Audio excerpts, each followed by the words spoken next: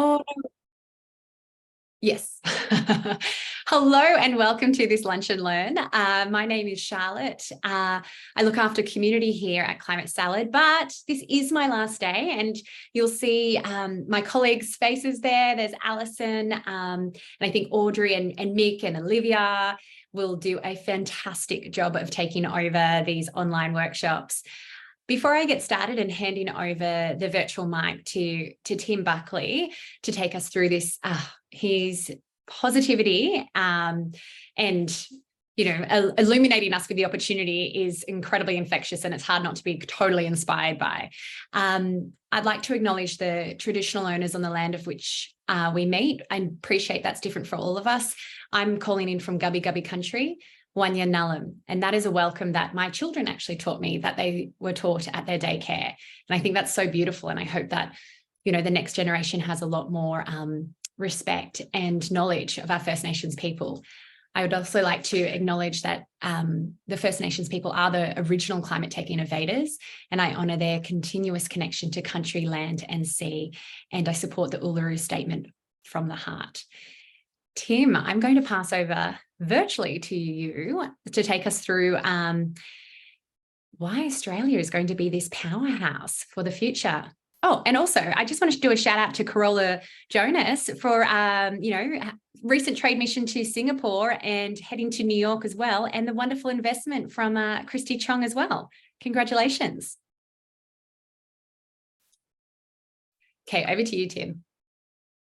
Right. Good afternoon, everyone. I would also like to acknowledge the traditional owners. I'm coming to you from the Gadigal lands of the Eora Nation, and I will just try and share my screen.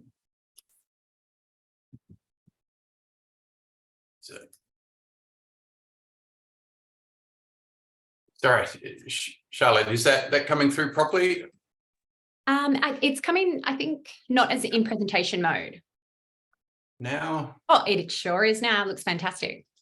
Perfect. Right, I'm going to jump straight into it, but I will also be very happy to take questions as we go. And as Charlotte said, I'm looking to talk to you for maybe 10 or 15 minutes about how Australia is unlocking our potential as a superpower. And you probably heard Ross Garneau talking about this for the last 20 or 30 years, how Australia is going to be a renewable energy superpower. And more recently, he's updated that to talk about how we can be both a renewable energy and critical minerals superpower.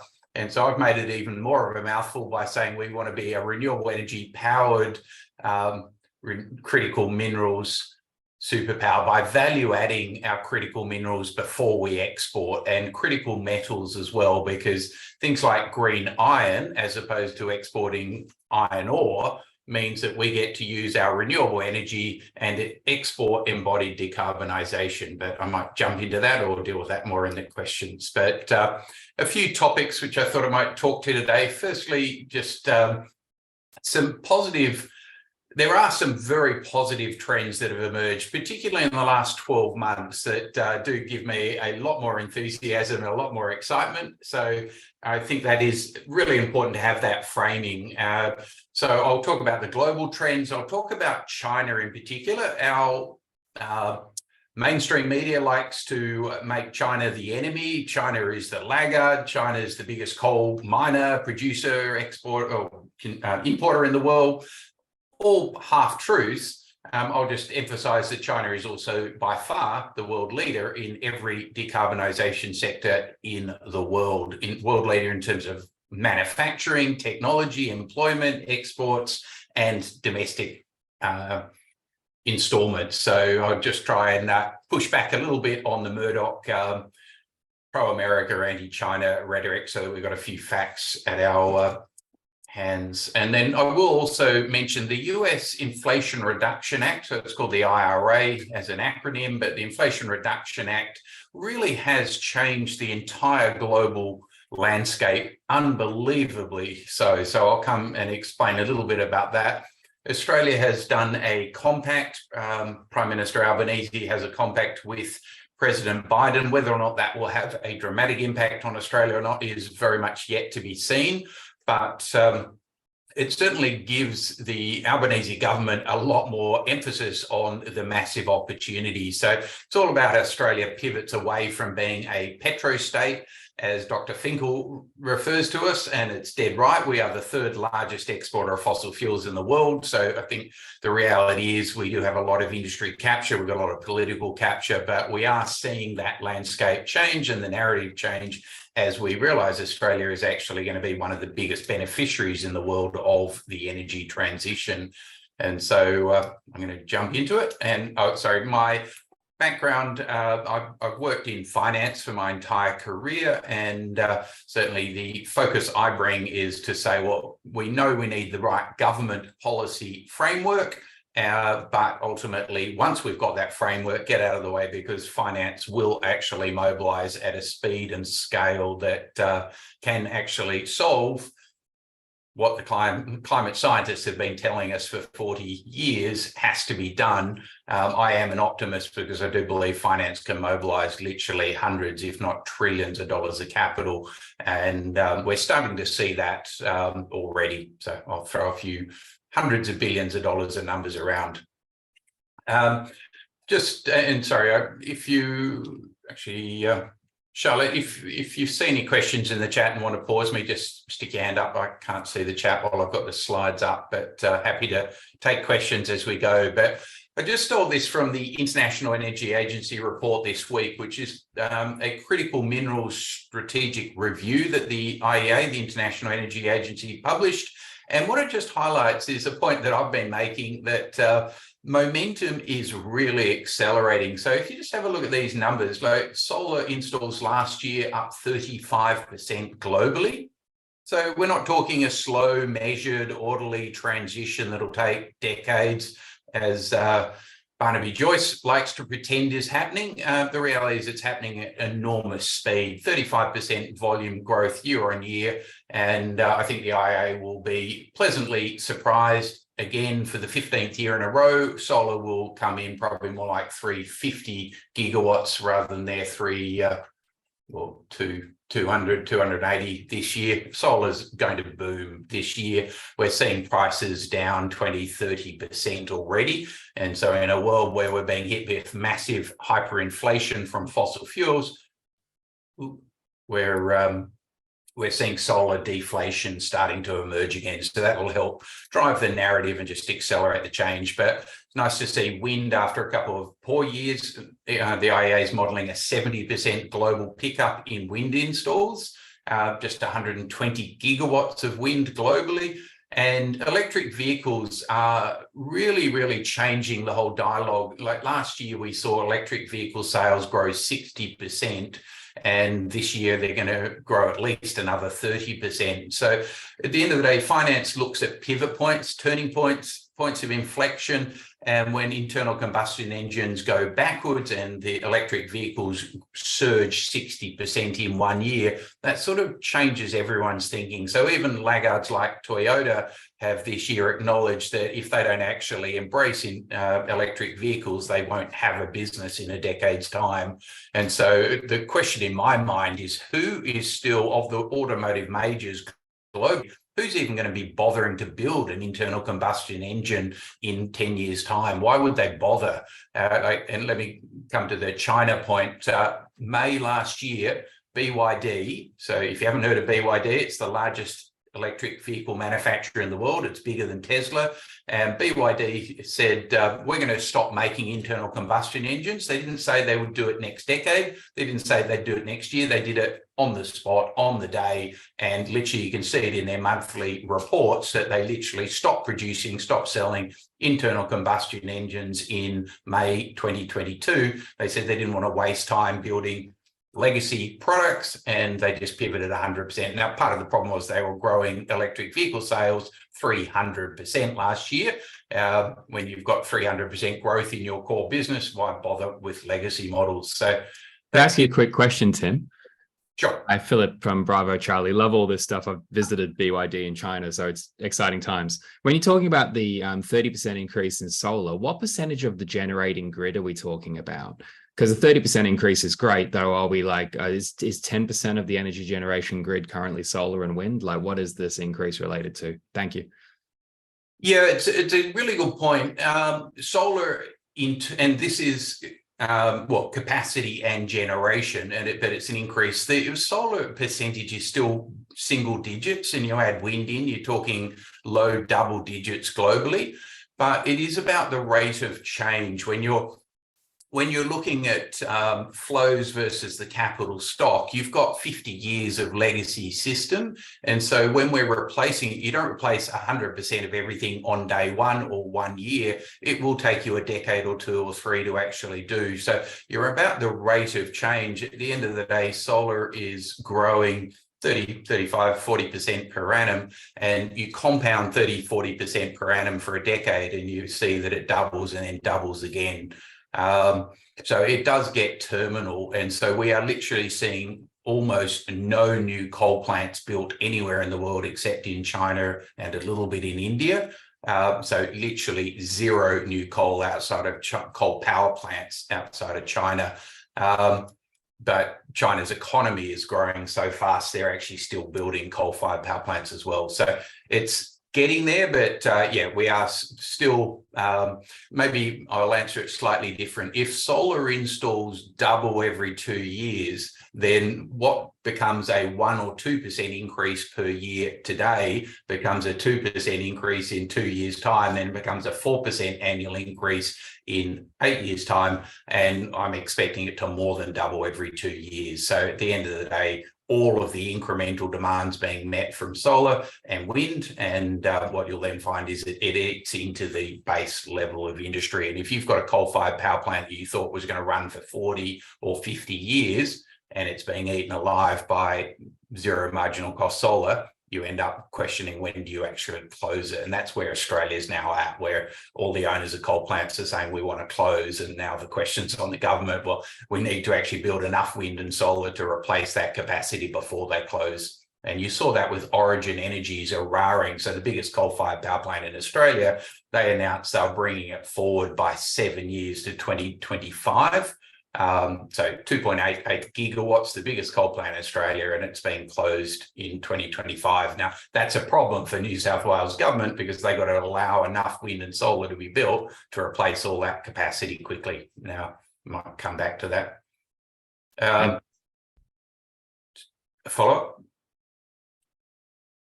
Just said thank you. Okay, thanks, Philip. Now, partly why I'm talking electric vehicles, wind and solar is that what we're seeing is the convergence of technology disruption across multiple sectors. So it's not just the stationary storage, the electricity or the energy markets, it's also the transport sector, and it's also heavy industry, and it's also the consumer market that's converging. And so it's that convergence which is actually accelerating the deployment and the innovation of technologies and compounding. So if you think about electric vehicles have transformed the battery market, batteries are critical to firming wind and solar. And so as you get battery price deflation and scaling up of battery factories doubling every 2 years around the world, then it becomes a lot easier. So all the crap we hear about, but what happens when it's not windy, when it's not sunny? Well, it's predictably not sunny every evening at 6 o'clock at night. We know that's going to happen. It's how do you solve for that? And the answer in 2023 is batteries, whereas people 2 years ago, 5 years ago, well, you can't build enough batteries. Well, I'll call crap on that. The Koreans are doubling and then doubling again their battery capacity every 18 months. So are the Chinese, so are the Americans. So we are now building batteries. And by the way, the duration of those batteries used to be a 1 hour battery. Now we're talking 2 hours, then we're talking 4 hours. Yesterday, Renewable Economy had a story about 100-hour battery. You know, that's all of a sudden it's eating into what we thought would have to be supplied by pumped hydro storage.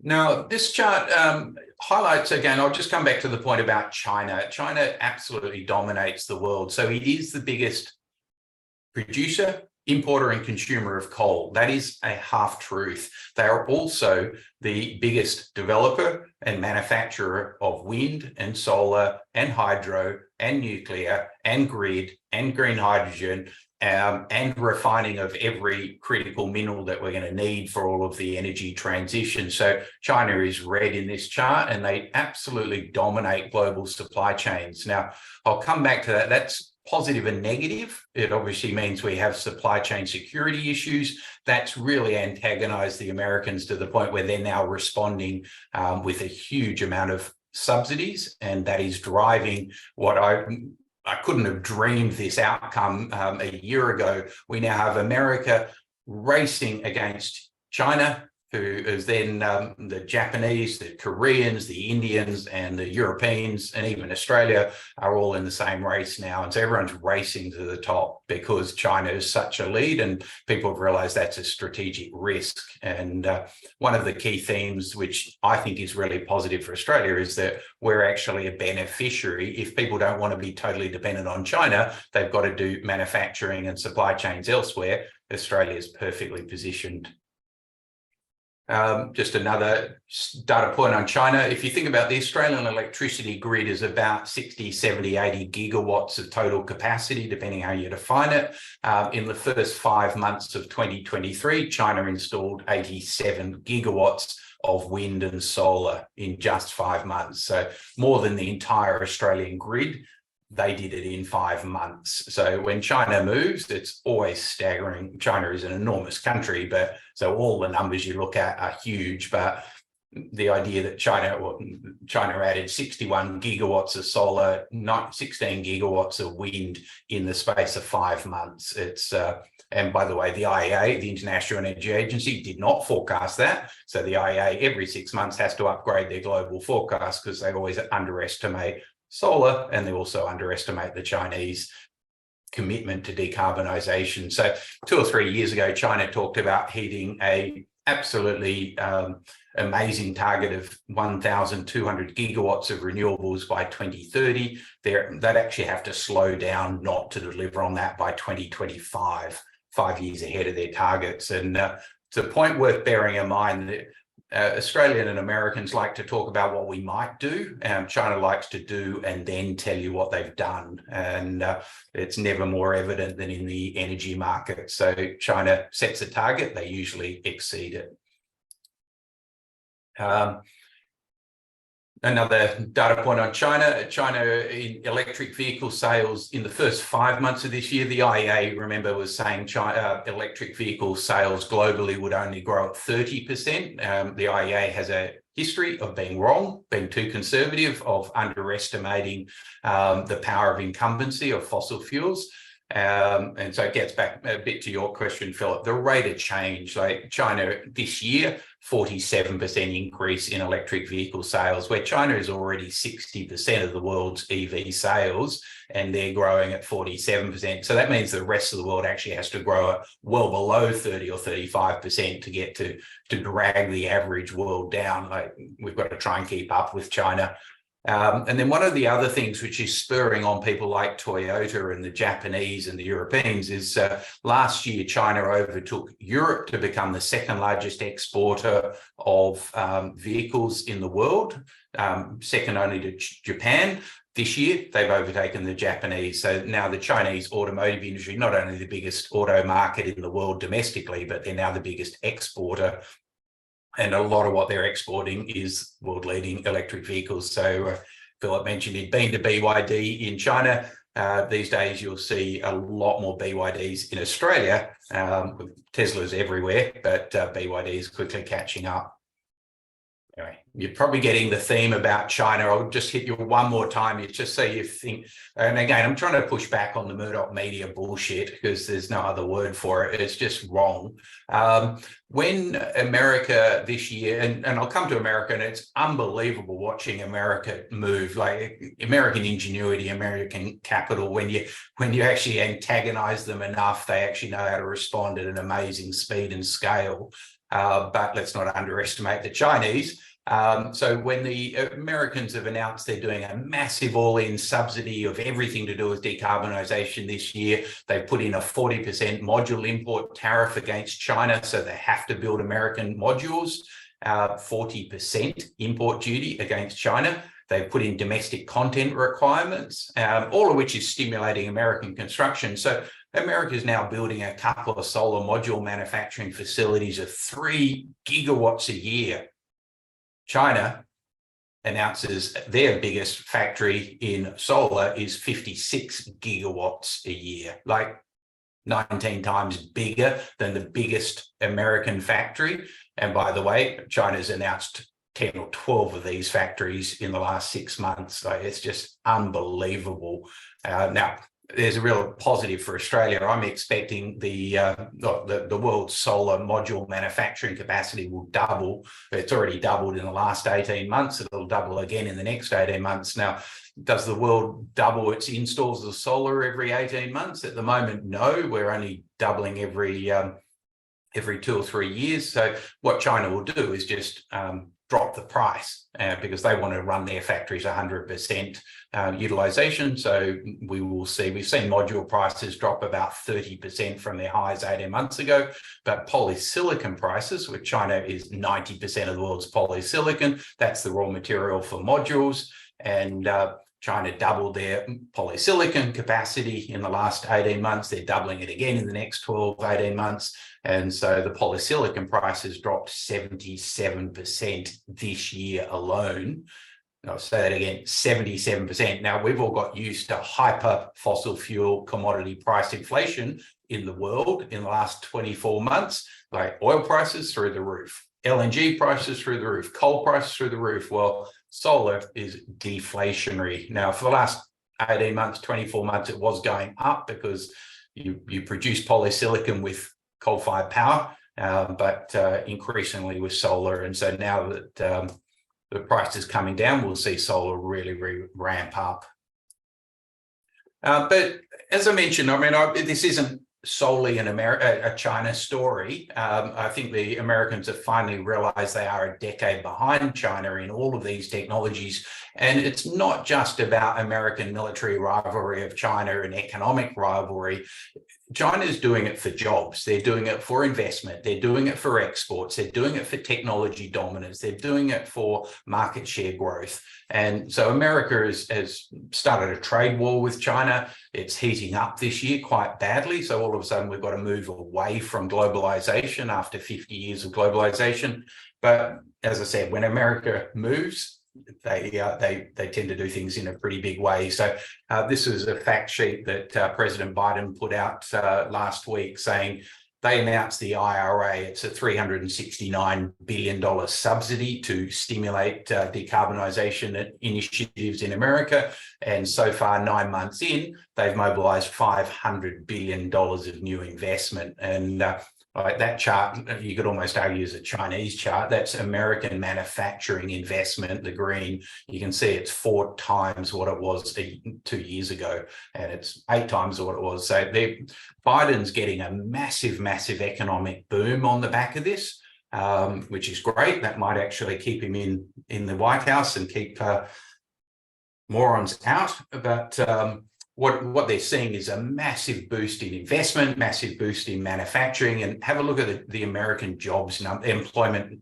numbers. Like, they were just staggering. Like, there's 426,000 jobs or something in the last month. So more jobs have been created under President Biden than the last 2 or 3 Republican presidents in their entire terms. It's wonderful. Let's hope it continues. Now, I mentioned a bit of a technology race. The Europeans, I was chatting to a very senior European hydrogen expert yesterday, and she was saying the trouble is Europe's very bureaucratic and slow. They are probably 5 years, 10 years ahead of America, and they have responded to the IRA, the Inflation Reduction Act, with their own Net Zero Industry Act. But remember, Europe's 20, 30 different countries, and each country's got their own government. The EU is obviously a common government framework, but they are slow because they are not one country and they don't just have one single voice. So unfortunately, Europe has been a world leader. They've put a lot of stimulus on the table, but they're really finding it hard to deploy the money at the speed the Americans are doing or the speed the Chinese are doing. Now, I'll speed up. Prime Minister Modi in India, I've followed India for the last decade. He's trying to trying to drive a massive manufacturing stimulus in India as well. India is increasingly rivaling China. You might be aware India is it's the fastest growing large economy in the world, and they're growing 6, 7, 8% GDP per annum for the last 2 or 3 years. And Prime Minister Modi is trying to build out manufacturing capacity in India. He needs to create 20 million new jobs a year to employ all the young Indians coming through. And so he's saying, well, let's not import all our modules from China. Let's actually manufacture them. I'm actually going to speed up so we've got more time for questions. Japan's trying to move. Canada's moving. So they're all responding to what America's doing.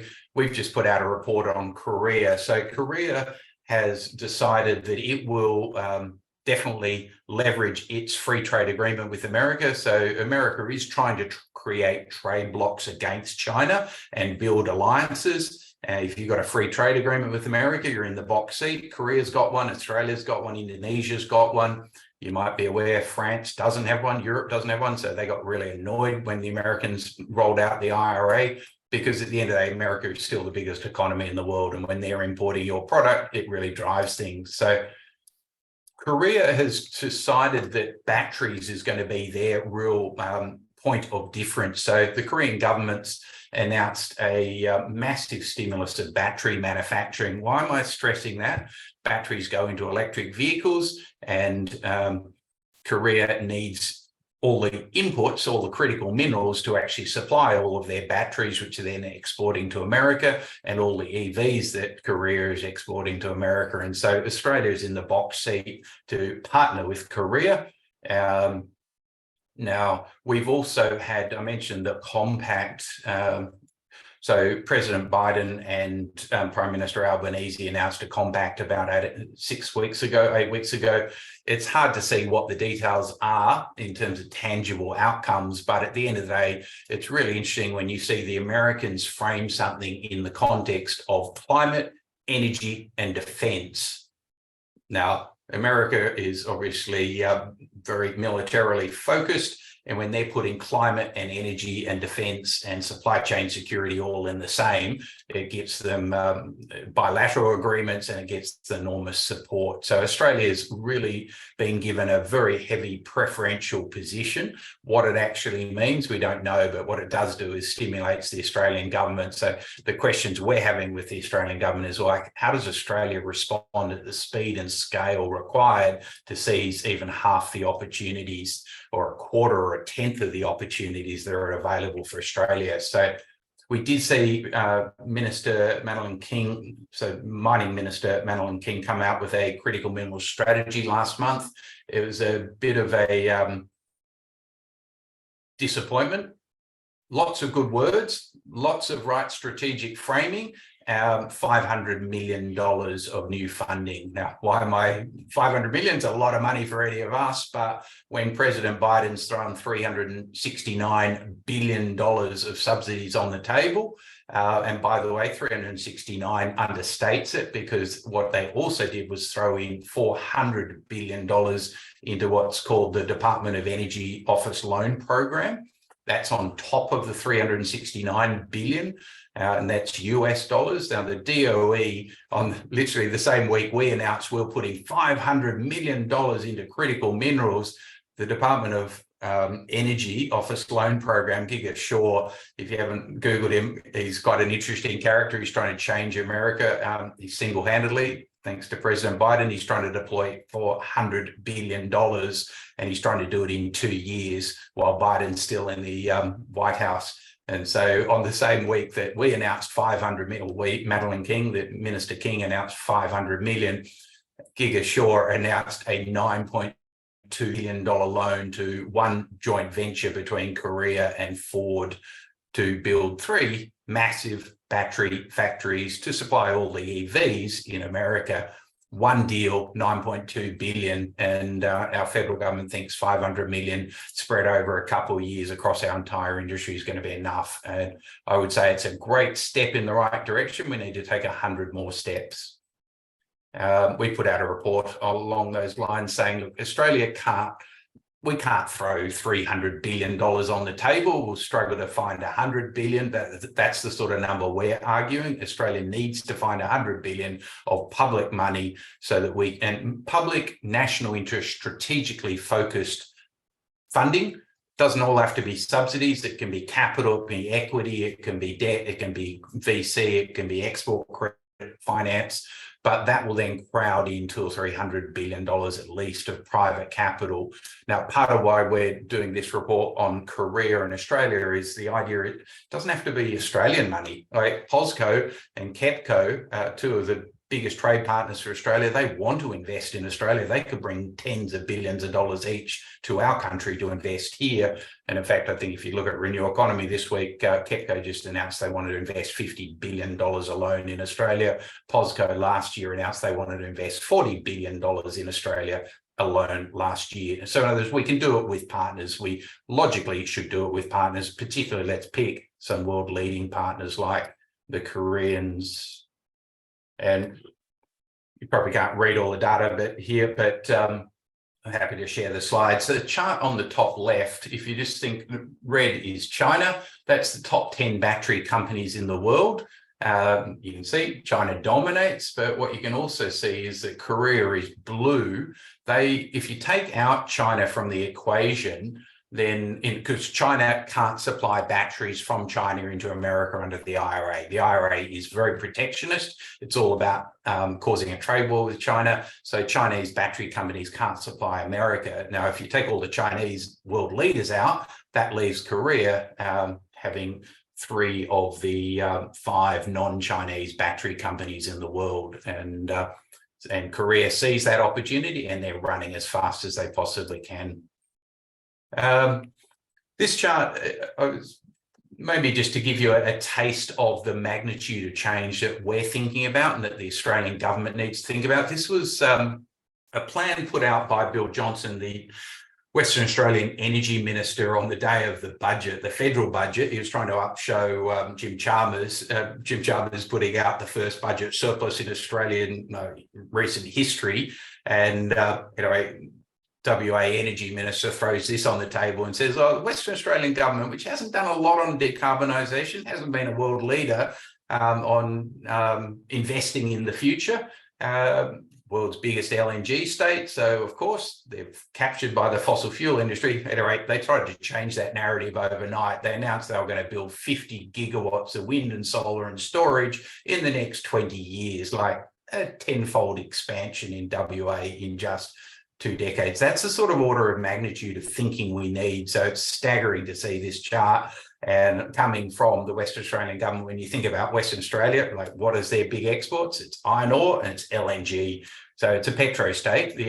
Just read Juice Media's WA government jibes all about how it's Woodside effectively running the state, but this chart certainly was not produced by Woodside. Like 50 gigawatts of wind and solar, and then you say Western Australia is maybe a quarter or 20% of Australia's total energy needs.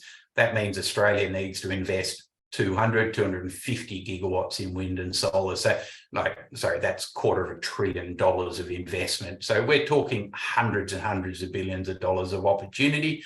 And the great news is the investing capital is absolutely there to do it. And I've probably gone way over on that.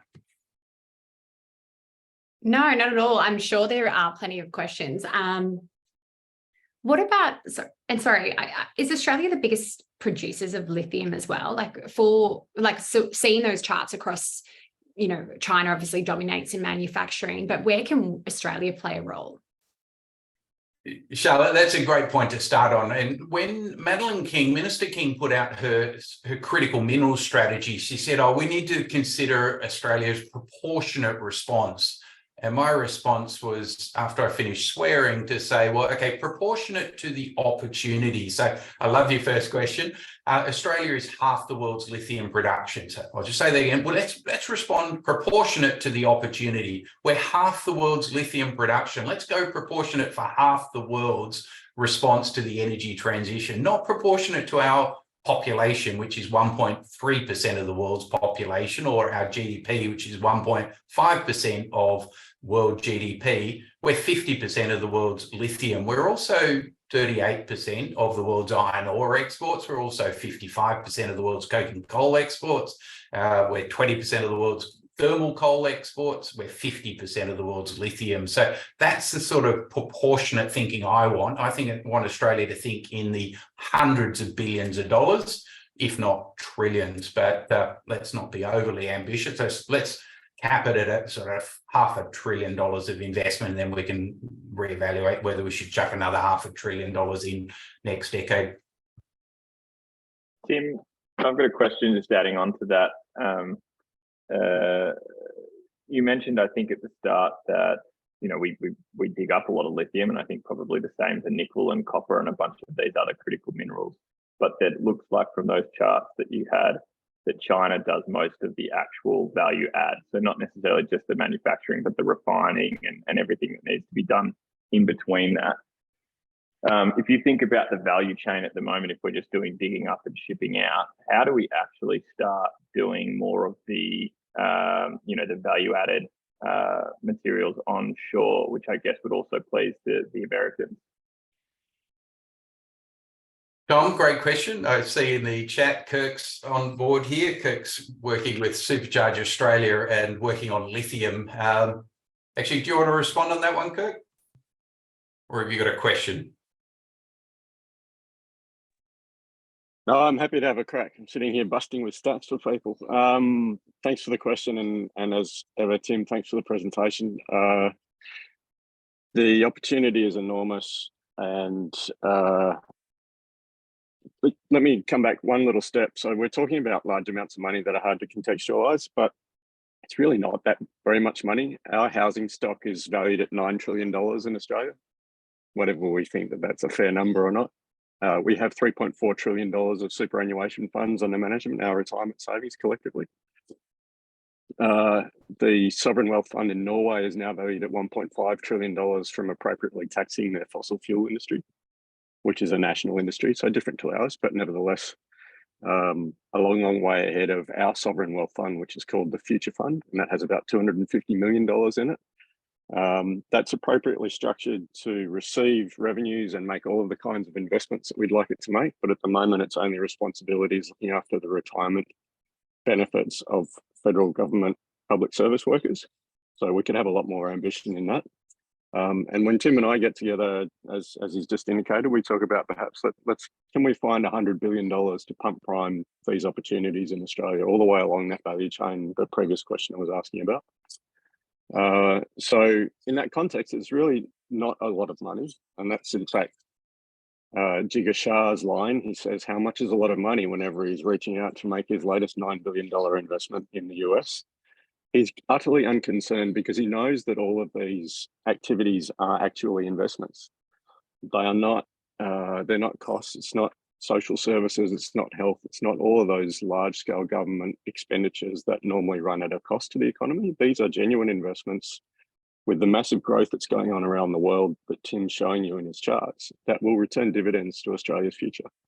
We're the only country in the world that has all of the battery metals underneath our feet. So we don't need anybody else. We could sit here and actually make all these batteries, all of it, all ourselves, but we're starting from a long way behind, apart from obviously having that mineral resource. So we're seeing the lithium majors start to move downstream and invest in chemical production facilities in Western Australia and in partnership with overseas companies in Korea, POSCO, for example.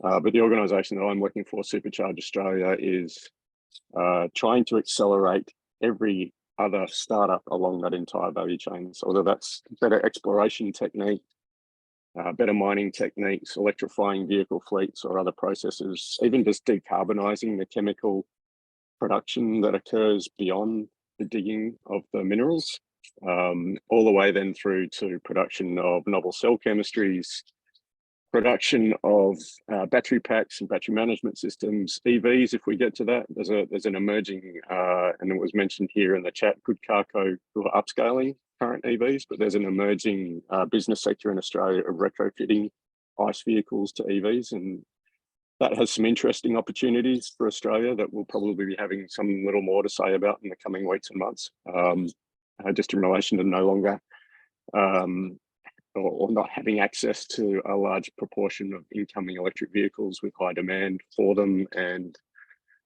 also not having fuel efficiency standards, so not really being at the top of the list for the OEMs to bring those vehicles here. Then all the way through to the circular economy side of things. So these minerals that are coming out of the ground, we should remember, are going into a circular economy. They'll be recycled in perpetuity as those processes become more and more efficient. We're already at processes of 95% efficiency, and one of the startups that worked for us or worked in our innovation challenge held earlier this year, Renewable Metals out of Western Australia, is showing that 95% efficiency in pilot plant scenario in Perth that they have.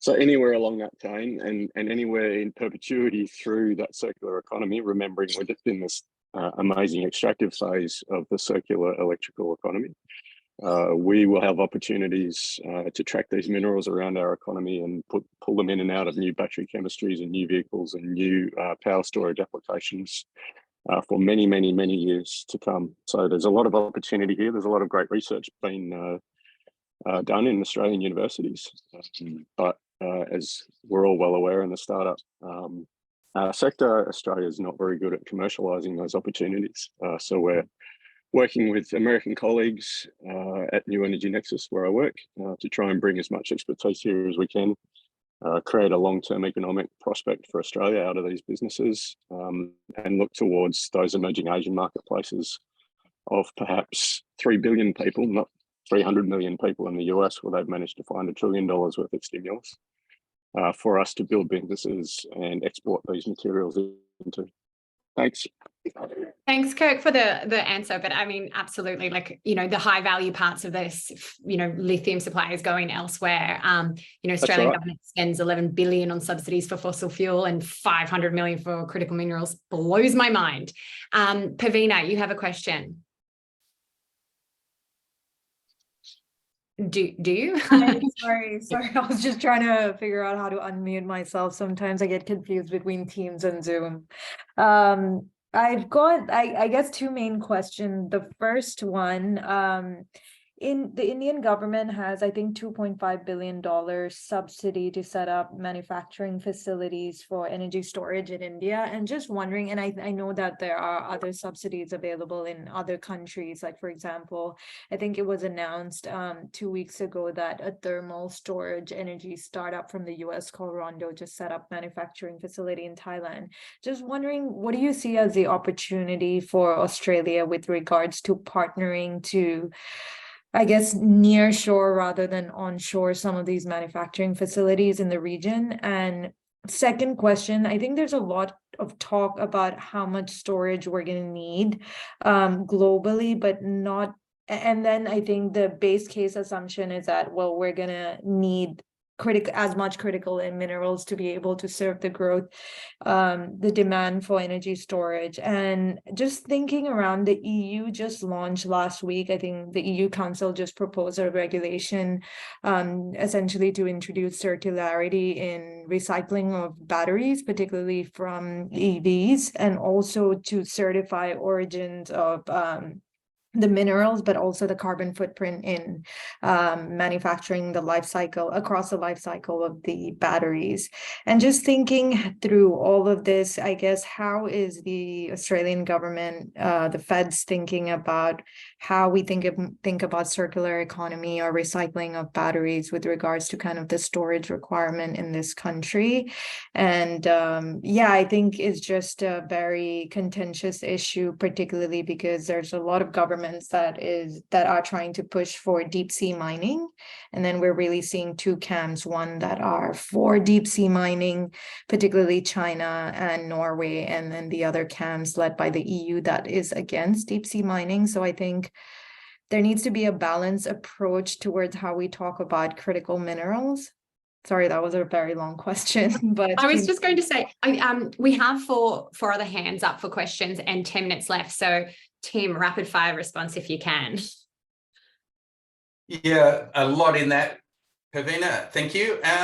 Australia has to partner, and that maybe also goes back to Tom's question. The fact that China is doing almost all of the refining of Australia's lithium, like 97% of our lithium was exported to China for processing there, and yet China now can't export that lithium to America and access the IRA. So we are actually seeing Australia building 3 of the largest lithium hydroxide factories outside of China as we speak over in Western Australia, and there are another couple on the planning board as well. So we're starting to value add, but if I had one suggestion to everyone, we've got to hassle and lobby our government and BHP and Rio so that we get our major mining companies to get out of the dig and ship mentality. Like, we dig and ship LNG, we dig and ship coal, we dig and ship iron ore. We need to value add iron ore to green iron. We need to export green aluminium, green zinc, not bauxite. We need to process lithium. Now, even just doing lithium hydroxide means that we're not exporting 99% waste products. So at the end of the day, that means partnering. And that's why we did that report about Korea. Australia needs to partner with Korea. We also need to partner with India. We need to partner with China and America, and we need to leverage those opportunities jointly. But Australia's in the box seat, but we've got to get away from 40 years of dig and ship. BHP digs and ships. They hate me saying it, and so I'm always going to say it. They dig and ship 99% of all the products that they export. It's dig and ship, zero value add. It's about time our government forced BHP to actually value add. Totally mishearing the ship word, but I think it's, in this context, it works both ways. Pat, if you have a quick question. Yeah, Tim, I guess generating the production is one thing. Timing the access, distribution, fulfillment, and delivery systems is crucial. Otherwise, you've got a loss-making generation of stuff that goes nowhere. So how do you time both to happen simultaneously? If they don't, there'll be plenty of naysayers here who'll peel over the idea of producing.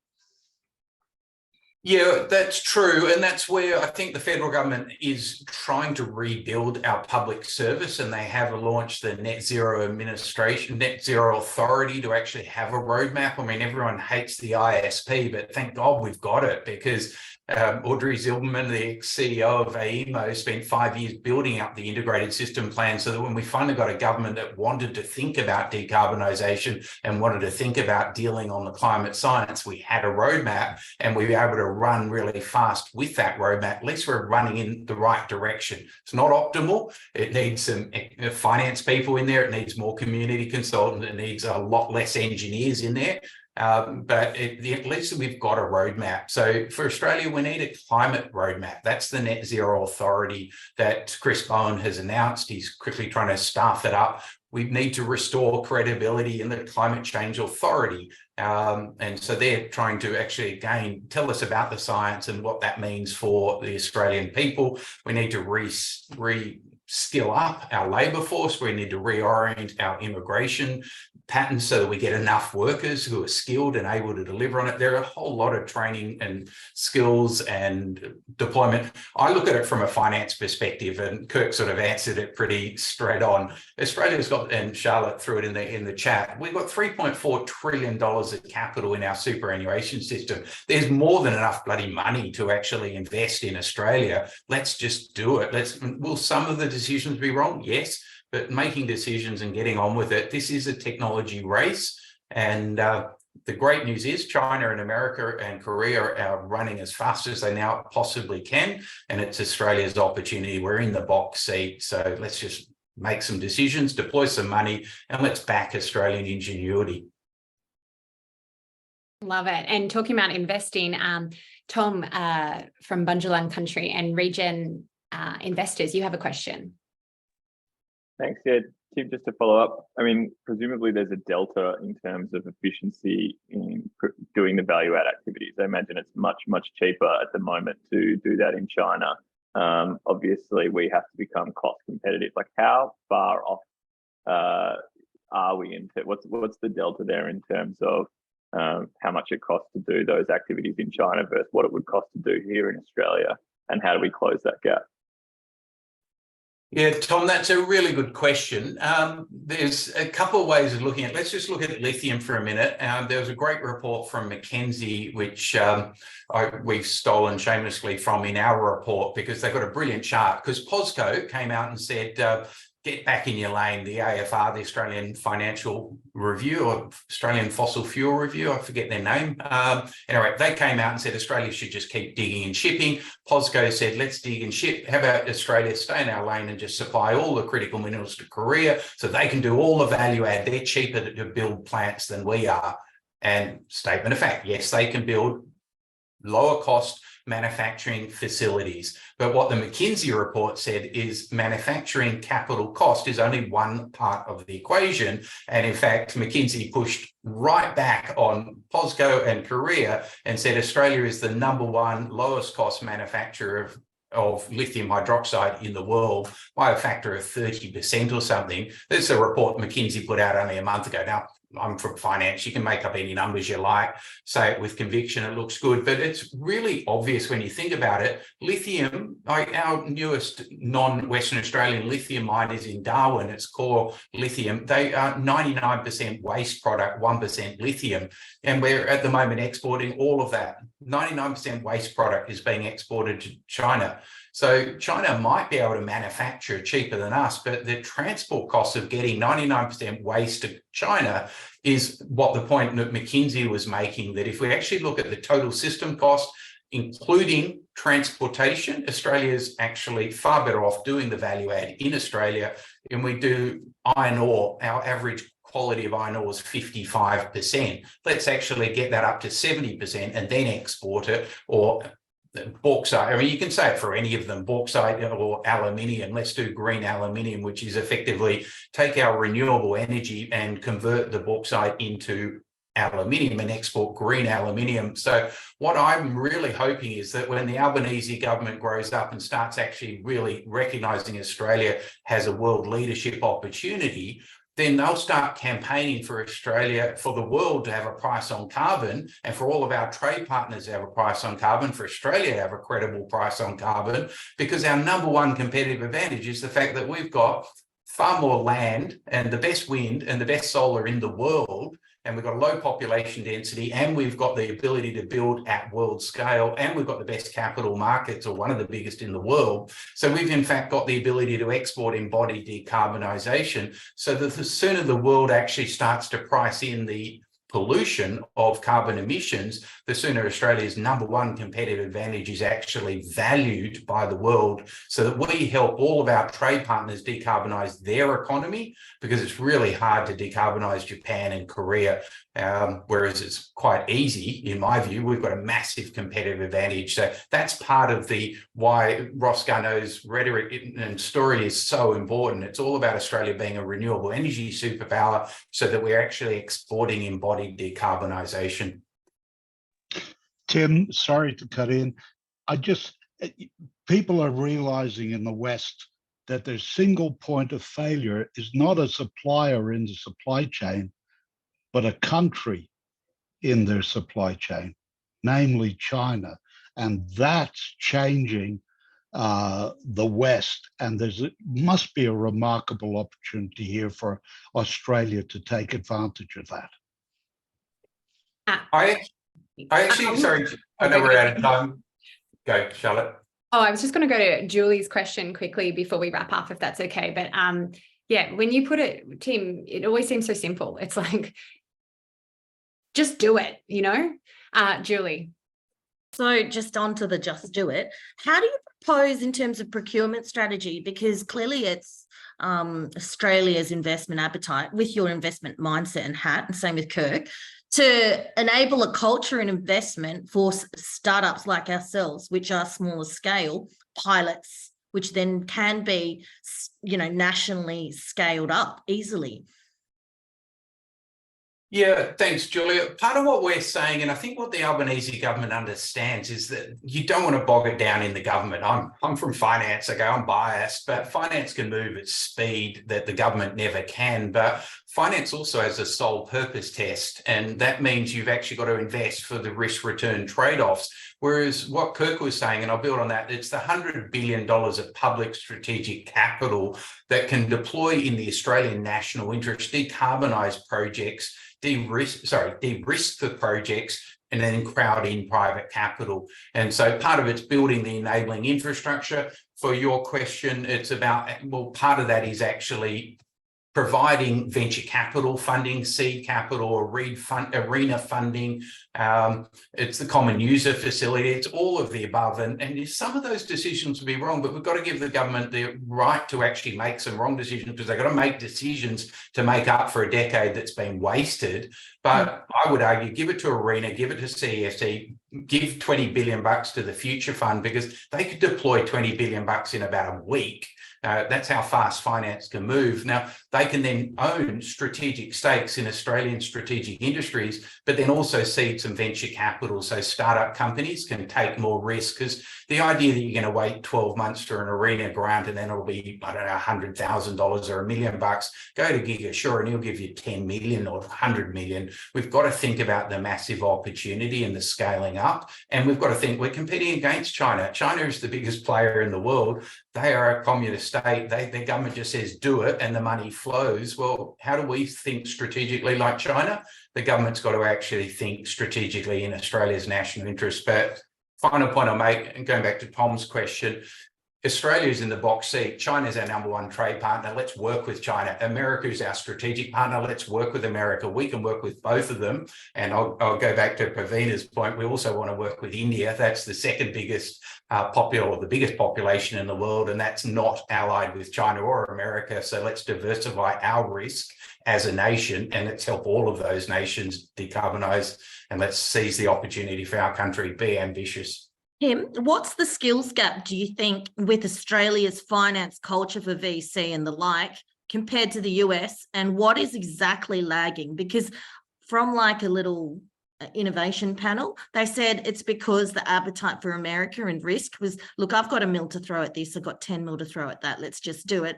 How could you see or foresee your role in leadership for adopting these new changes in anticipation of these very exciting and ambitious goals?